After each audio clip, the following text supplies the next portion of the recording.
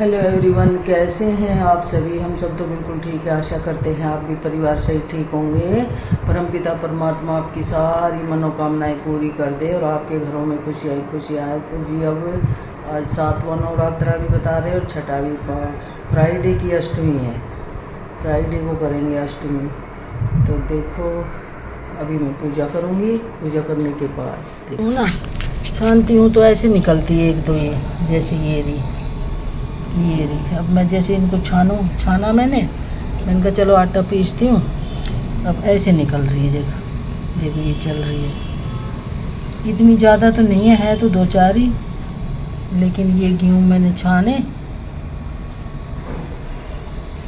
और छानने के बाद ये निकली इसमें 4-5,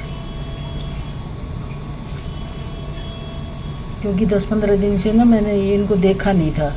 देखती तो थोड़ा धूप में भी डाल देती। आज मैंने देखा तो मैंने कहा इसमें तो कीड़ा है। सुरसड़ी भी बोलते हैं इनको, गेहूं का कीड़ा भी बोल देते हैं।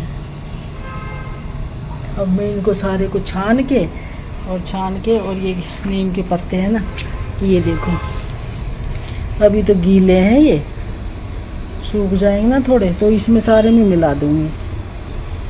अभी हल्के से गीले, ज़्यादा तो नहीं है। इनको मैंने तोड़ के ना धो लिया था, पत्तों को धो के और थोड़ा सा धूप में सुखा के इनके ऊपर डाल दिया। अब तो इनको इसमें मिला दूंगी। तो पहले इसको छान दूंगी, छान के और इसमें मिला दूंगी गेहूं में।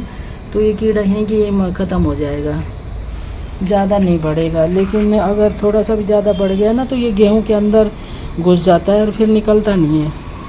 फिर तो ये पीसने लायक नहीं बचता है गेहूँ। वैसे कभी भी नहीं लगता मेरे इसमें कट्टे में। इस बार पता नहीं क्यों लगा, क्योंकि मेरी गलती है, क्योंकि मैंने ज़्यादा धो दिया। ये पूरा कट्टा धो दिया। पूरा कट्टा तो काफ़ी टाइम चलता था ना, पूरा मैंने धो दिया।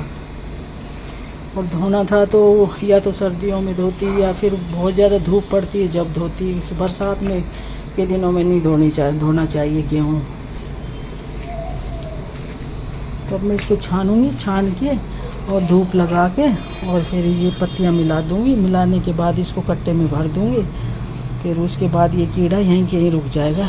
जो कुछ है कीड़ा इसमें वो छानूँगी तो निकल जाएगा, फिर इसको यूज कर लूँगी। ये मेरे गेहूं में लग गया कीड़ा, और क्योंकि मैंने पूरा कट्टा एक बार में ही धो दिया था। और धोने के बाद मौसम ऐसा ही रहा, कभी धूप निकली कभी नहीं निकली। कुछ बरसात का मौसम भी था। तो इसमें धोने के बाद चाहे कितना ही धूप में सुखा लो, कितनी बार सुखा लो, लेकिन नमी रह ही जाती है। तो इसको देखिए कीड़ा लग गया इसमें। और अब मैंने आज देखा, मैंने कहा इसमें तो कीड़ा लगा हुआ है। फिर मैं नीम की पत्तियाँ डाली है इसमें। पारा की गोली भी डाल देती हूँ, लेकिन पारा की गोली नहीं डाली मैंने। नीम के पत्ते डालते, लहसुन भी डाल देते हैं, माचिस की तिल्ली भी डाल देते हैं, लेकिन मैं उनको यूज कम करती हूँ। मैं नीम की पत्तियाँ ही सुखा के डाल देती हूँ और इनमें एक एक करके ऐसे मिला दूँगी ना। उसके बाद इसको कट्टे में भर दूँगी। जब पीसूँगी तो छान के पीस लूँगी, बार बार धोऊँगी नहीं। क्योंकि नीम की पत्तियाँ तो अगर छोटी मोटी अगर आटे में चली भी गई तो कोई नुकसान नहीं है, फ़ायदा ही करती है।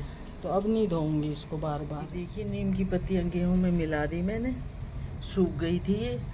अगर इसको ऐसे नहीं डालना चाहते तो इसको एक पॉलीथीन में बांध लो सारी पत्तियों को, और सुई से उस पॉलीथीन में छेद कर दो।